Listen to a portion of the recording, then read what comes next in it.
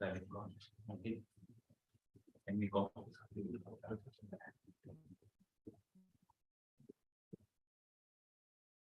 Hello, everybody. It's really a pleasure to have here today with us Jesus Tola for this seminar. Most of you know him. He obtained his PhD here in 2014 before he got his master's degree at Institute of Radio Astronomy and Astrophysics area in Morelia, Mexico, under the supervision of Jane Arthur. Here he was working on simulations and X-ray observation of wind-blown bubbles, warp-radiated bubbles, mostly on planetary nebulae. And since here, he moved to Taiwan on a postdoctoral position, a distinguished postdoc from 2015 to 2017. And then he kept around the world, going back to Morelia, where he's now a full professor at the area. He founded there the group for stellar astronomy.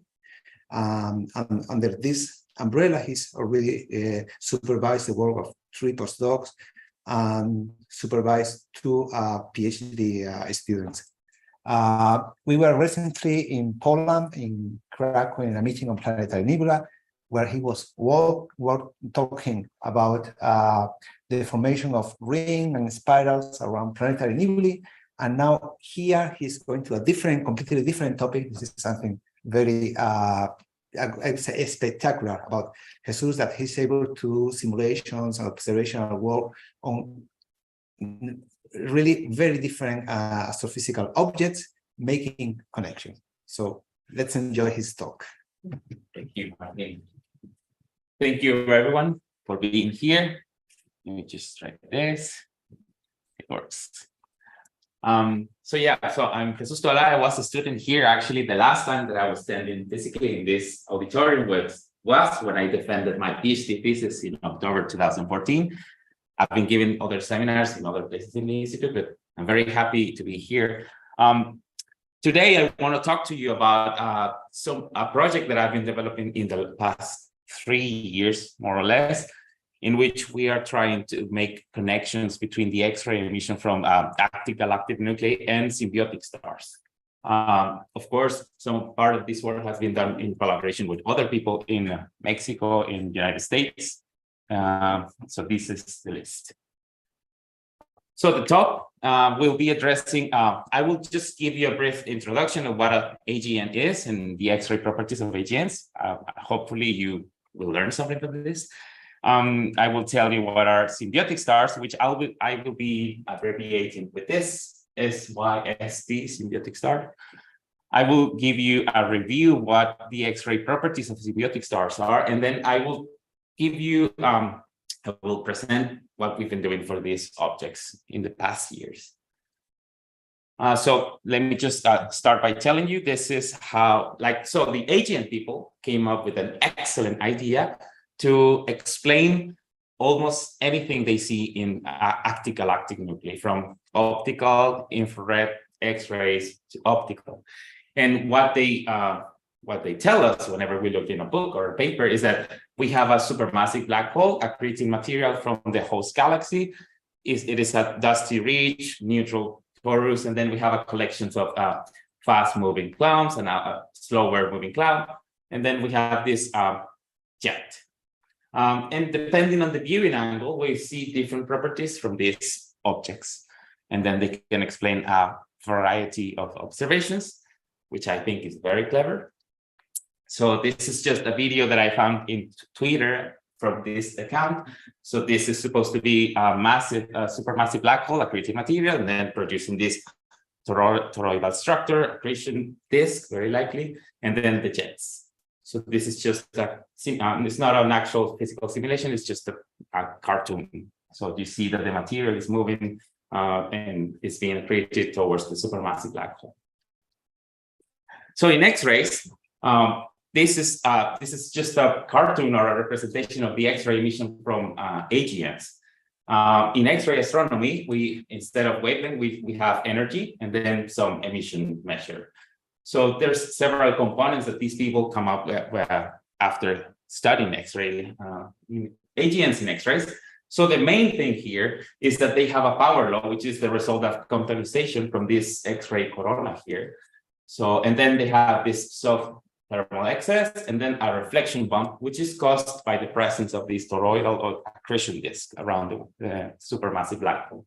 And then, of course, the whole spectrum is a combination of everything we see here. So its contribution from the soft excess might be due to the presence of stars, stellar winds. The jet might be emitting thermal X-rays.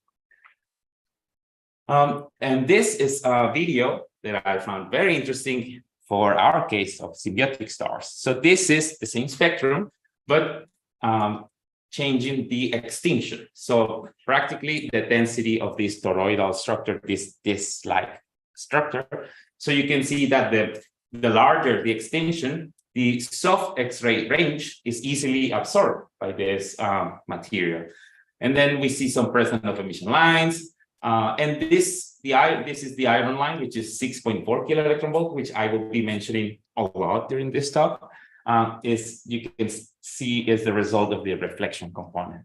And then here are the different components: thermal emission, scattering component, the reflection, and some high energy cutoff that they call because of the presence of this contamination or non-thermal emission.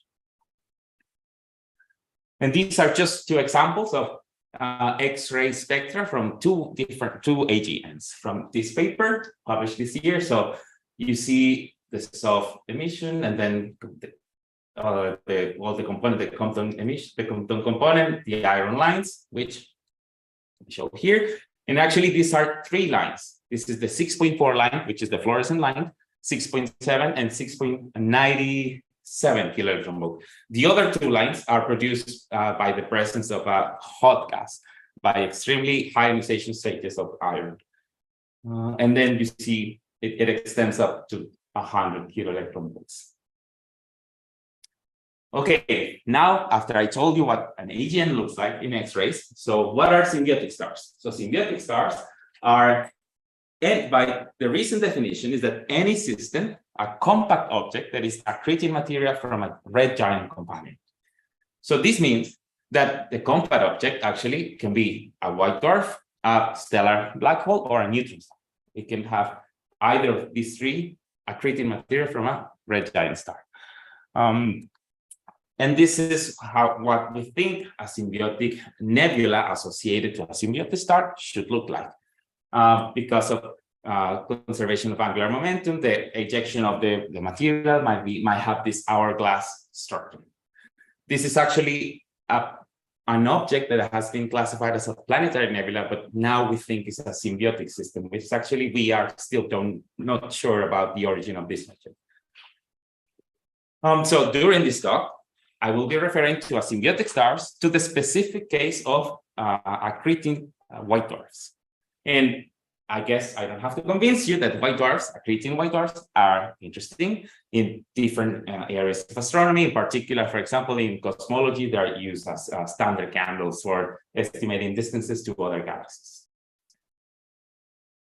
So let me start by talking about our query, which is it's actually the only definite symbiotic star that can be resolved, that we can resolve the nebula. It's actually very close. It's about 200 parsecs from us. And this is an astronomy picture of the day image from 2017. And in red, you see the optical emission from H-alpha and nitrogen-2. And then in blue is the X-ray emission detected from Chandra. So you see this kind of like a jet here. It's easily spotted by the X-rays, and then some emission, nebular emission. In 2018, Tina Limetz published a very interesting paper on the extended morphology of the nebular emission, which I show you here. These are images obtained with VLT. This is the H-alpha nitrogen-2 line, the oxygen 1, 2, and 3 filters. And then you can, of course, see again, the kind of like the jet. It looks like it's a precessing jet. And then it's very, for me, it was very illustrative. This is kind of like bowl-shaped structures like this. And then we see several arms projecting in the plane of the sky. So these are easily spotted in the bottom left panel of this figure. This is a color composite image, just combining the H alpha nitrogen 2 filter, the oxygen 2 in green, and the oxygen 3 in blue. So it's actually more complex than we could ever imagine.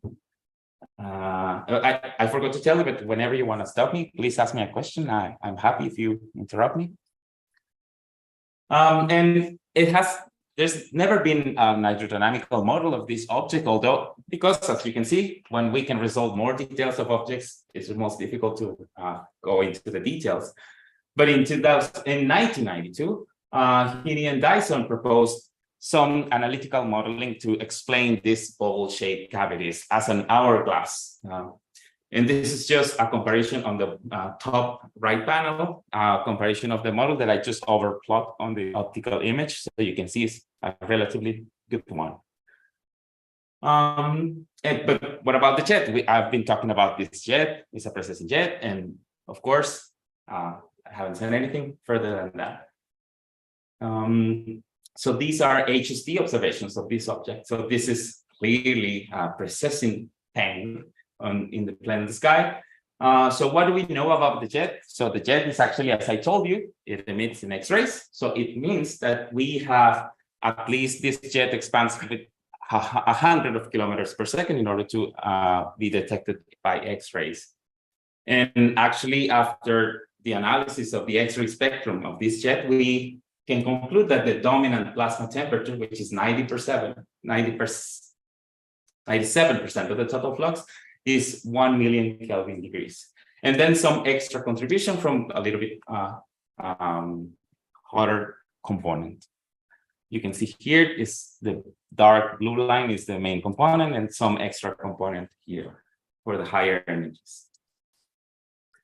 Then we started up because Marisa Botello is a master's student in UNAM. So her thesis was to look for new symbiotic stars. And one of the things, so we wanted to search all of the archives, X-ray archives, infrared, optical, everything. And then one of the nice surprises is that we found out that there were 2005 observations of the our Aquarius system. These were archival data, unpublished and archival data. So this is how our Aquarius looks in X-rays. It's the blue emission here. This is 1 arc minute, and the spatial resolution of the XMM Newton is about 6 arc seconds. And this is just a comparison between XMM and the Chandra observation. So you can tell Chandra is more or less blind to the extended emission, but it can map in detail. The resolution is about 1 arc second. So both telescopes are complementary. So the interesting thing with the XMM Newton is that the X-ray emission is delimited by the optical bowl shapes, these bowl cavities. So after giving it a thought, and what is happening here? So and then, the temperature of the extended emission detected by XMM is also 1 million degrees. So the same gas that it's outflowing through the jet is feeding out the most extended regions. And this is the best model that I could come up with to explain what is happening in our Aquarius. So what I think is happening is that the jet is blowing up, it's hot, the pressure is high, so the jet is disrupting into these bipolar cavities. And then each time the jet is disrupted, it fits the extended emission, and then it creates this different bowl shapes, morphologies. This is what I think is happening. My hydro model supports me. You can tell. So yeah, but more physically, so what I think is happening is the same mechanism that it's taking place in AGNs, in active galactic nuclei. So we are feeding an extended hot bubble with a jet. It's exactly the same. So some other people have been claiming this for a lot of binaries, AGNs, particularly non-Sulker. And yeah, so what about other symbiotic systems? So our query, we can see everything in it, but what about the other ones? So this is how they look. These are 4 examples of how symbiotic systems look. These are the 4 points in the central images. On the left, you see two objects that look red because of the red giant component. And then on the right, and these are optical images, on the right, they actually look blue because the white dwarf is dominating the emission that arrives to the telescope. So in our galaxy, we have found definite detections of about 300 symbiotic systems, white dwarf accreting symbiotic systems. And only about 60% or 60 of them have been detected in X-rays. We don't know why. It might be because they're the closest one, or as you will see, they're oriented, pointing towards us. So how does other systems other than our query look like in X-rays? So in 1997, Merced used ROSAT observations, which had a very restricted energy range for observing the X-ray universe, between about 0.4 or 0.2 up to 2.5 kiloelectron volts. And after observing about 20 or 30 sources, they were able to give a classification depending on the spectrum that they detected. So they gave the alpha type to those sources that were extremely soft, something that is dominated below 0.5 kiloelectron volt. The beta type, it's something that has a peak between 0.5 and 1. And the gamma type is anything that is brighter in energies larger than 1. It's very simple. The classification is just a hardness ratio. You can tell it's softer and harder spectra. But just you can tell, so this looks like nothing like AGN thus far in 1997. So AGNs are extremely bright. That's why we detect a lot of photons. For those people who don't know, X-ray telescopes count photons. So actually, each one of these is a collection of photons, and these are practically photon-starved observations. But later, with the new generation of X-ray satellites, people found out that some of these sources actually emit harder X-ray emission. These are swift observations of these three sources, and you can tell, for example, this Henice 3461, it looked like nothing in the previous classification. So a new class had to be included, which is the delta type, surprisingly. And this looks more like an AGN, if you remember my first spectra of AGNs, and actually has the iron line here, or the iron complex, unresolved iron complex. And then they also suggested that there were some other cases. Let me see if I can move this.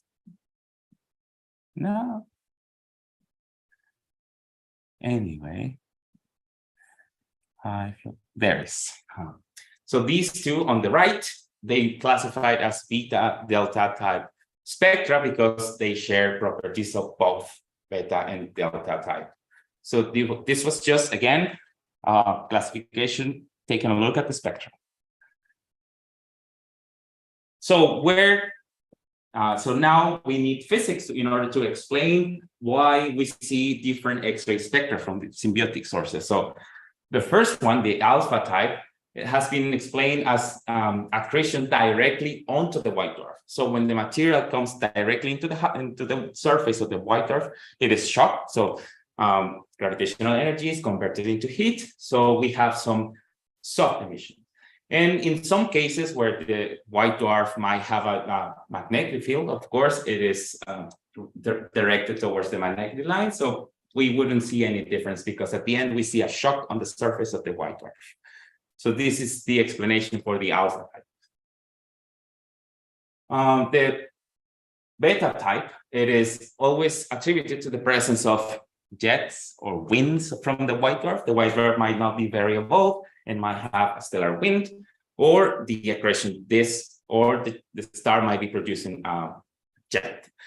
And this might be shocking the atmosphere of the extended red companion. This is an illustration that I just took from internet, but this companion does not look extended. The red giants are extended and they have an extended atmosphere. So shocks are very easy to claim for the beta type because you need a little bit of extinction, but higher temperatures.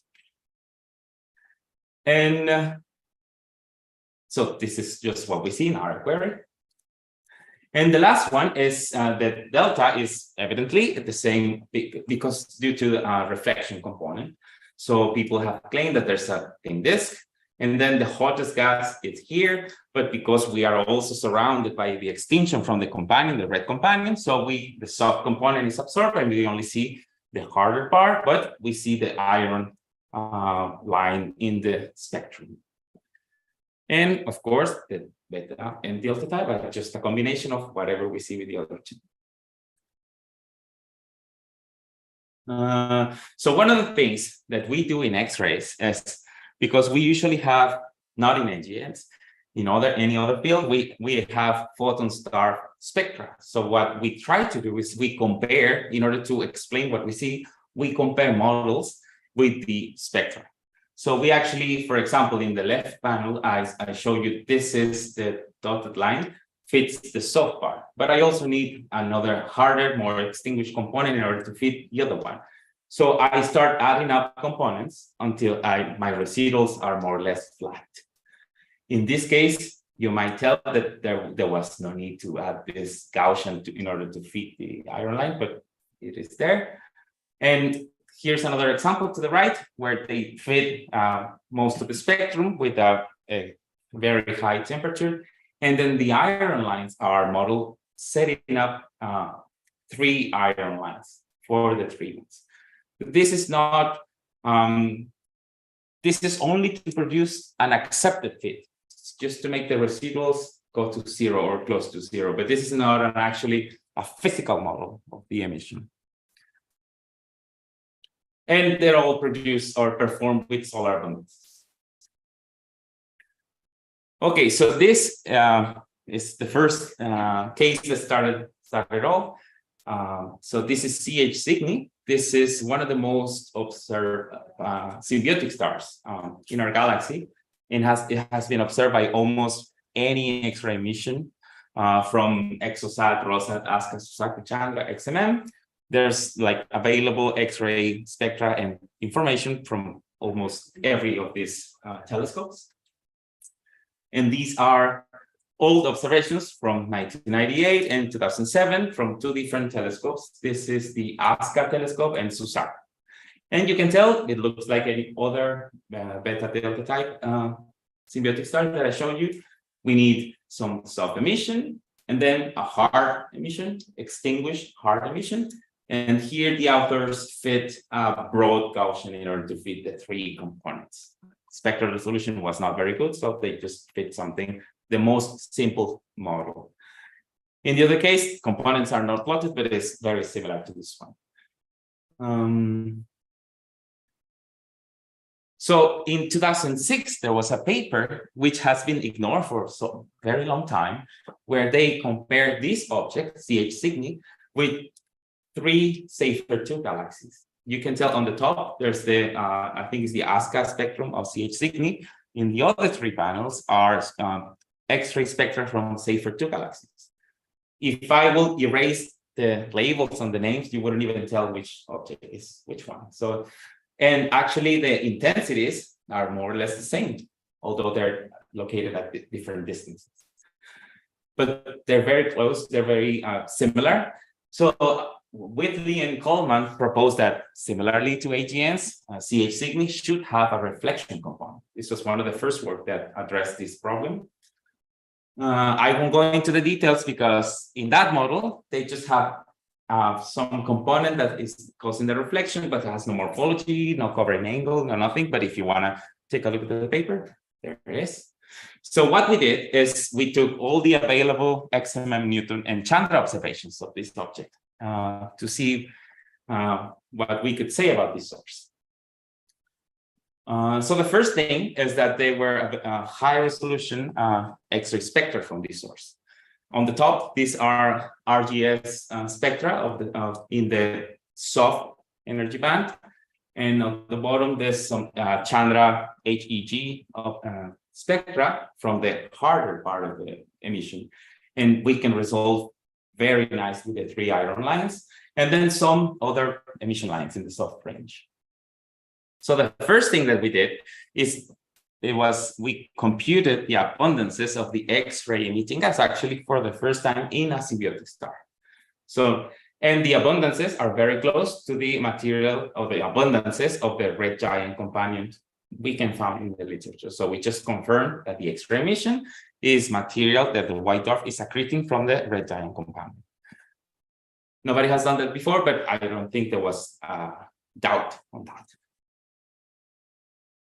And then here, I want to show you how many components we need in order to perform similar spectral fits if we account for the same procedure that has been done in the past. So I hope you can differentiate the different colors. This is done to confuse the enemy. So the softer temperatures, 0.18, 0.67, is the first and the second component. So we need this yellow component, 8.1. It fits and it's heavily extinguished. It fits one of the iron lines. We need a Gaussian for the fluorescent line, the 6 point, there is. And then it was evident that there was something in the middle that we were not able to model. So none of the previous authors suggested there was some extra component that we needed in order to perform, to have an acceptable, statistically acceptable model. So here's just an attempt to model this intermediate range with a very high temperature. And actually 55 is just telling us that the software is not able to fit. It's just telling us that something there is not able to fit a physical parameter. So the other one is just exchange this intermediate energy or temperature with a power law component. So you can tell there's also, it makes a good job also fitting or the intermediate energy range. The other components remained more or less the same with the error bars. And the last one, we use one of those AGN models, which is called XRAF. And this model assumes that this toroidal structure, but there is a neutral component because in AGNs there's a lot of dust, so it's more or less neutral. Again, it's also statistically acceptable model. So you can tell the three of them, we cannot differentiate any from three of them. So the summary from this analysis, so we found out that we need two soft components, very slightly extinguished, something hard on the right, heavily extinguished. So you can tell the extinction is like about more than 2 orders of magnitude larger in this temperature. And then something in the middle that we cannot statistically say which of these three is. And the total luminosity of this object is about 1 solar luminosity in X-rays. As a curious observation, a note, this is again the same spectrum, CH Cygni, as observed by XM and Newton. And so the next thing I did was to take all the observation of our Aquarii, like this guy here, and then I extracted the spectrum of everything, included the central source, the jet, the extended emission. And this is how it looks like. It's very similar to CH Cygni. It's not exactly the same, but you can tell it also looks like a safer to galaxy, like an AGN object. So it means that if I take into account every component, the spatial, the jets, the bubble, and the central engine, I will have something like this, a beta delta type source, which for me was revealing. And after that, I started like going into all the X-ray observations of these symbiotic stars. I started looking at very similar objects like this. So it means that whenever we see beta delta type, we are, because these are unresolved sources, we are including everything into our spectrum. So the first thing we did, or the best thing we were able to achieve for these observations, was to use this code reflex, which is usually used for study AGNs. So and it includes the reflection from a central source. We need to define some structure, which is, this was a thin disk. It was just some fishing expedition we needed to do. We defined the density of the disk with a column density, some radius for the disk, a thickness, and we said that the X-ray luminosity of the source should be something like what we just calculated from our models. So this code is able to trace the X-ray photons, and then depending on the inclination, it can give us models that we can compare to with our actual data. And this is what we have. Again, the first two soft temperatures, we still need them. These two, the 0.18, 0.7, reproduce the X-ray emission down to, let's say, 1 kilo electron volt. Very nicely, the two of them, with a relatively low extinction. And then we have, again, a hot component, about 6.6 kilo electron volt to fit the harder component. And I will show you in the next slide that it also fits the two iron lines, the highly ionized iron lines. And then the reflection that is produced by this disk naturally produces the iron 6.4 kilo electron line, and then some soft emission because of the reflection. These are just the parameters of the best fit, the extinction, the temperature, and then the thickness of the. So we actually found out that most of the physics of the reflection is happening very close to the star. It's just the inner part of this disk. The rest of the disk does not collaborate. Of course, it also depends in the inclination, as I will show you later. So this is a close-up of the energy range, including the three iron lines. You can tell the reflection completely reproduces. So the black solid line here is the combination of all of the total model. The orange is the reflection component, and the yellowish beige is the contribution from the two other iron lines. So we were very happy because with an AGN tool, we were able to explain a symbiotic spectrum. But one of the things that we actually were puzzled by is that some other X-ray observations have demonstrated that the iron lines are actually changing with time. So sometimes the fluorescent line is dominating, and sometimes the ionized gas is dominating. In the 2006 Suzaku observations, you can tell the 6.4, which is the fluorescent line, is dominating. And then in our Chandra 2009, it's the ionized iron, which is clearly dominating. And then in the 2018, they're more or less the same intensity, the two lines. So this means at this point, we were just able to say that the accretion disk, it might be changing, or it might be due to the period of the red giant star, because some other people already estimated that the actual equivalent width of the fluorescent line depends on this is like a covering angle, and then the extinction. So we can only say as far is that the disk or the ambient is changing with time.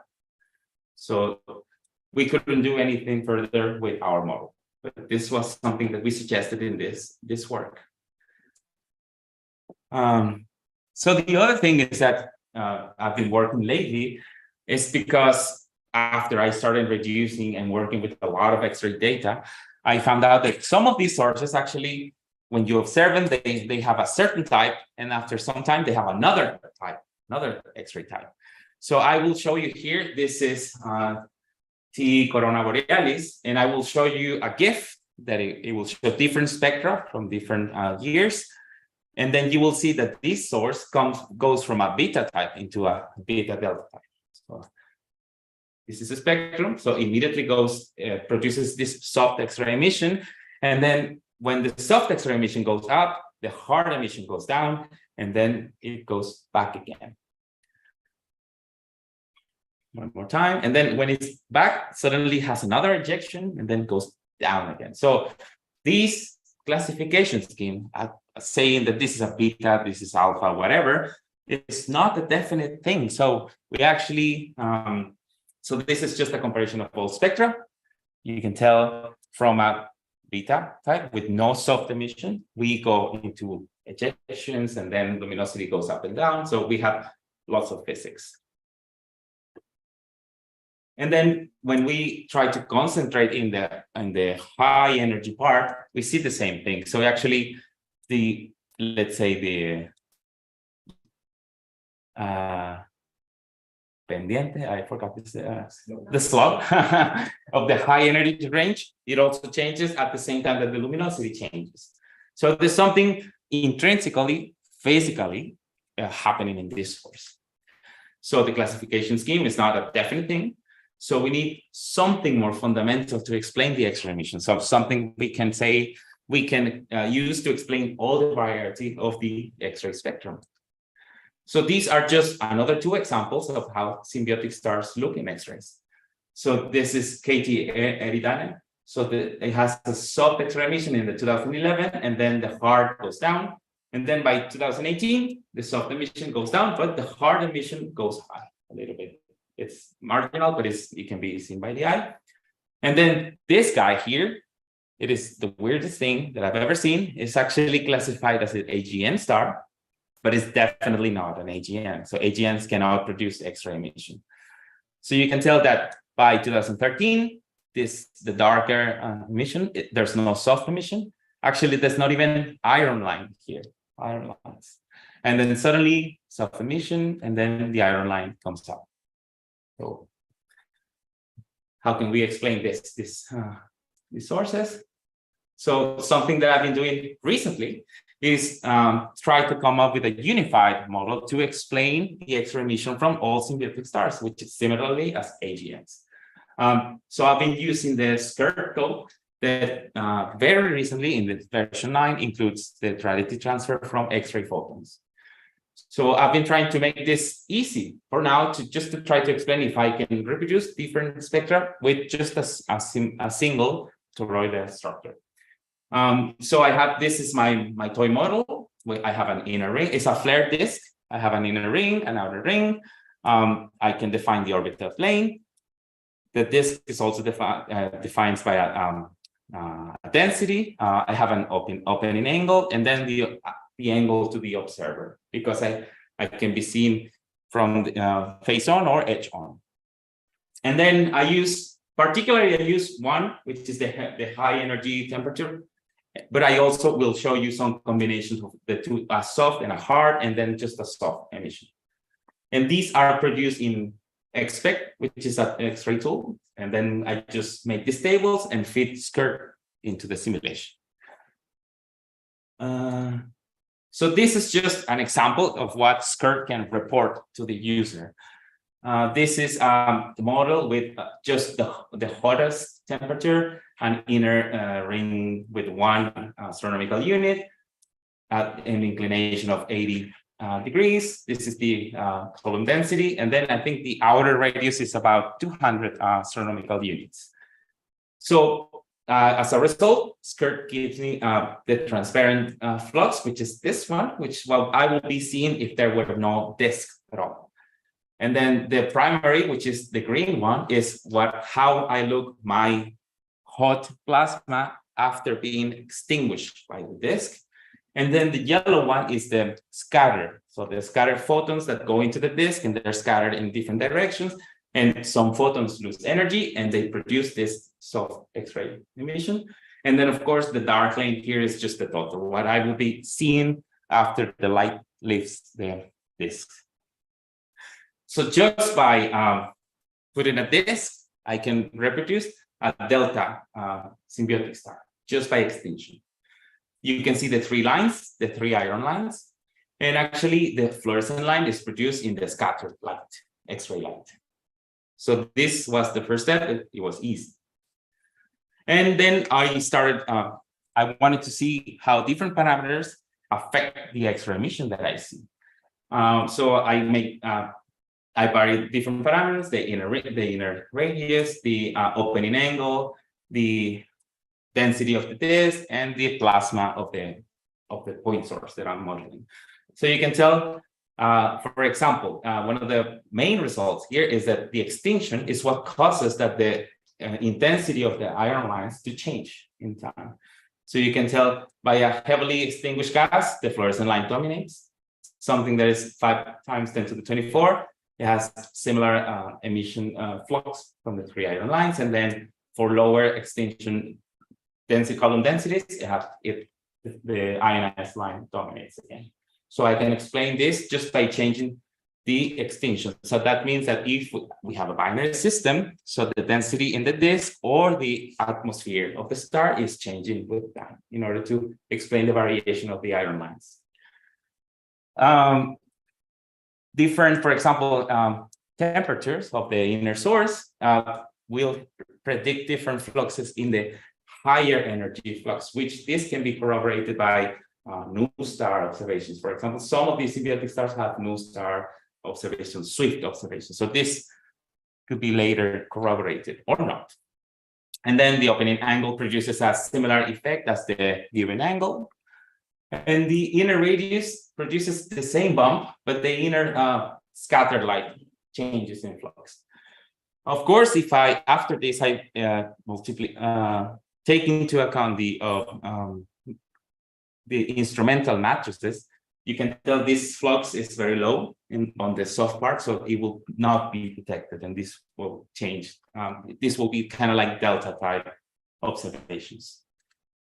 So this is a comparison with having just one temperature, the hot temperature, and a combination of a soft and a high temperature. So when the inclination angle is high in order to produce the reflection, I do not see a soft component. I wouldn't see any soft component, and they actually look the same. So whenever I see alpha type symbiotic stars, it should be only the cases that we are looking pole on. This is what this experiment tells us. And so in order to start comparing with observations, this is just a model for beta delta type. So what I do here is that I have a disk that is almost edge on, and then I assume that there's some extra emission, but it's not contained within the disk, but it has to be kind of like a jet or a wind. So this is the only way that I can reproduce this beta delta spectra.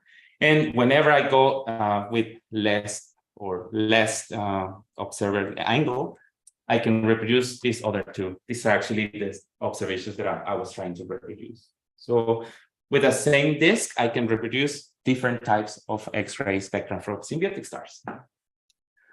And I think it's interesting. I hope I convinced you. So as a final remarks, let me just tell you that what I think I'm trying to convince you here is that the physics behind the X-ray emission from symbiotic stars is exactly the same as in AGNs. So that means that we can try to propose a unified model for the X-ray emission from symbiotic stars, which hasn't been done in the past. What I noticed is that, and demonstrated, is that whenever you integrate all of the different morphological features in a symbiotic star, you get this spectrum that you can see in unresolved point sources. And then, of course, the reflection reproduces every line without the need to just only adding a Gaussian to fit the lines. So that's not a physically driven model. And that's it. But depending on the viewing angle and the physical parameters that we have in our binary system, we can reproduce spectra from different types of symbiotic stars. So that's all. Thank you.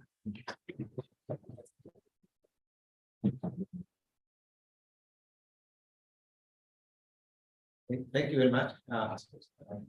Questions? Yes, thank you very much for the talk, Jesus. I was wondering, because maybe I missed this today, but about the statistics of the observed symbiotic stars, how many of them are classified as beta, how many of them are classified as beta delta? I mean, there is like an homogeneous distribution, or there is a preferential group, and if so, why? I think it's about 20, 2020, or 2015, 20, something very homogeneous. Okay. I don't know the exact number. And both are kind of equally likely. Yeah, statistically, yes. like. Very nice talk. I have maybe I missed it, I don't know. So the point is, in the production of the integrated spectrum, the set, I would like to, when you have the accretion, there is a hot spot in the accretion disk, isn't it? That's moving. I asked him, is that the scenario? So you have an accretion hotspot which is moving in the. It could be a hotspot. That's what's producing the hot plasma. Okay. But that's what I am considering as the point source that releases the X-ray photons that go through the disk. But it could be, as I mentioned, it could be driven by a magnetic field, but it must be something that is shocking the gas on the surface of the water or on the way. So there should be, well, we have the disk, which is for the reflection. And then is there a hot spot when the matter which is shocking accretion in the disk, and then the jet, isn't it? Yes. These are the three components. Yes. And then you play with that. So the point was, what would be the balance between the hotspot and the jet in the global emission? It depends, because some people have claimed that some people have seen that this, I didn't present it here, but I didn't have time to review it all. Okay. But some people have claimed that in some cases, in observations of the same source, this changes. So it means that the inner hot gas is changing temperature, which means it is related with the accretion level of the source. So it might be the source is in a higher state or when it's a lower state. So it might be related to the change in the higher energy range. Okay, so that was more or less the origin of the question was whether the companion and the accretion rate can at some point. Yeah, take it. Modulate. Yes, yeah, they can model, and then in some cases they enter high state. Even in the optical, they go high by several magnitudes, and then X-rays they also change in flux. So it's also an interplay in the binary. Any more questions? Fran, is there any question on the? No. I have a couple of questions. I must say that Martin didn't see this work before this. It's really amazing, and I like it very much because I was working with Symbiotic for some time, and it really explained many of the things that you see there. As for RFR, is there any evidence for a point source at the central star? Its X-ray spectrum is different to the spectrum of the jet? No, actually, it's a beta delta type, but has this soft emission because at the end you do not resolve, and then even extracted the spectrum from the central source, you have some component from the jet, and you need the jet component. Okay, so you're basically seeing the base. Yes. Okay, and then is there any information as for the orientation of the orbital plane of symbiotics? Maybe in some cases, you know because there is occultation of the white dwarf by the red giant, you know that this is quite large in the observing angle. Yeah, in those cases, actually, there's one case. So where the X-ray spectrum varies with time, and then 1 year disappears completely the source, and then another year appears again. So in that case, it might be that we have a whole contained disk. So that's when the hot spot of the accreting point is behind the red giant star. But in the other ones, thus far, I don't know, because the disk, how flared the disk is, I don't know. So the different angles for the flare disk produce similar result as different inclination angles. Let me see, different inclination. So it's like this, it might be two parameters are related in order to fit the spectrum. Okay. Any other question? Yeah. Please. Thank you for this nice and very clear story. I don't know if we have time to put again the slides of the white power model. The hydro model. The hydro model. But I guess I had an alternative model to explain the morphology. I saw nice, no? But you are assuming a here one just component, which is the collimated jet, and it is expand. But I guess it could be two components. The collimated jet in addition and a wind arising from the disk, and it would explain also the morphology of the image. Yeah, so actually, my model is driven by so I have a collaborator that has worked on Chandra observations of this, or they have different Chandra observations from, I think, 10 years span. And they see actually the jets moving and expanding. So, but that it's not published work and it's not mine, so I didn't present it here. Yeah, but they see that the actual jet is expanding Okay. and moving. So that's it looks like this. In between these two Mhm. possible scenarios. Yeah. Is there any evidence of a stellar wind there from the white world, like a physical profiles? I don't know. That may provide additional information to this. But for the reflection model, I just need some hot component in the middle in order to explain the rest of the features. So it could be produced by the accretion, by the wind, which might be extremely high velocity, therefore very high temperature. I just need something that is in the middle producing the high X-rays, the hard X-rays, and then the rest is just because of the presence of the accretion. Because in protostellar wind, we have components, the body remaining there, and also the winds. Mhm. That's from this, I guess it's. Yeah, but the wind might be blowing away in our case because white dwarf might have winds up to 4,000 kilometers per second. So that might be erasing the disk. So that actually might be the reason why we don't see other symbiotic stars in X-rays. Curiosity for the model.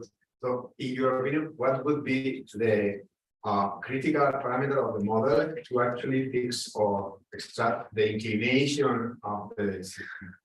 So this is a toy model. This is just a flare disk. So I think the next step is to go to hydrodynamical simulations. Oh. So actually, there's people doing accretion onto white dwarfs by companions, like any companion, red giant companions, and they always produce kind of like a flare disk, but then the rest might be ring-like spiral, something 3D, or turbulent medium. So I think that's the first way to see if actual hydrodynamical simulations produce similar results. They actually, SCARD can take density results from hydrodynamical simulations and then produce its reflection. So that's the next step. Mm-hmm. Any other question? No? Okay, so let's thanks again, Jesus, for this.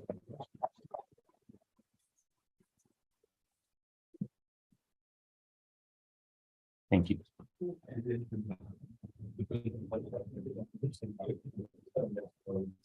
No, Bueno, no está tan mal, ¿no?